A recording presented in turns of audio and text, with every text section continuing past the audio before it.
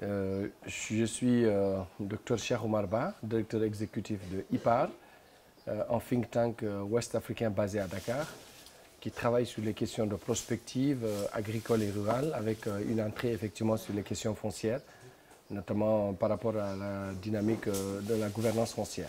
Alors aujourd'hui, quel est l'enjeu autour de cette question? La question elle est large, mais juste en résumé. Alors disons que l'Afrique de l'Ouest est caractérisée par un potentiel en matière agro-silvopastorale et que le foncier qui constitue la base productive est aujourd'hui fortement sollicité, puisque c'est la base justement de production. Et il y a un enjeu important, surtout ces 10 dernières années, avec les acquisitions de terres à grande échelle, avec la nécessité aujourd'hui en tout cas de replacer l'épuisement du potentiel foncier dans son contexte, notamment dans un contexte d'augmentation de la démographie, et qui interpelle tous les acteurs. Donc de ce point de vue, c'est un devoir que nous avons d'abord de cartographier l'existant, de chercher à mieux comprendre sur quoi on peut agir et de s'assurer d'une gestion rationnelle, d'autant plus que nous sommes face à des changements climatiques qui poursuivent aujourd'hui l'épuisement du foncier en Afrique de l'Ouest.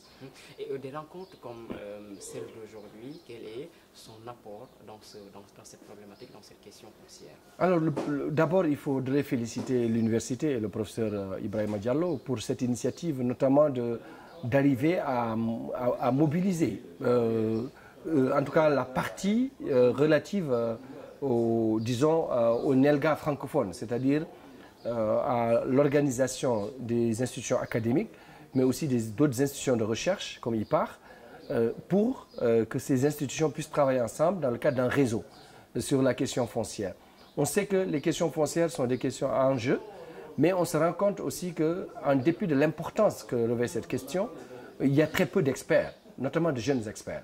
Et il apparaît urgent aujourd'hui de renforcer les capacités de ces jeunes à avoir les outils qu'il faut pour la société civile, pour les universités, mais également pour notre société de façon générale, pour qu'on ait des gens qui ont cette compétence en matière de gestion du foncier, quand on sait que l'essentiel des conflits en Afrique de l'Ouest tourne autour de la gestion des ressources. Donc il est important que nous puissions d'abord avoir des experts qui comprennent bien les enjeux autour de ces ressources et qui nous apportent des solutions.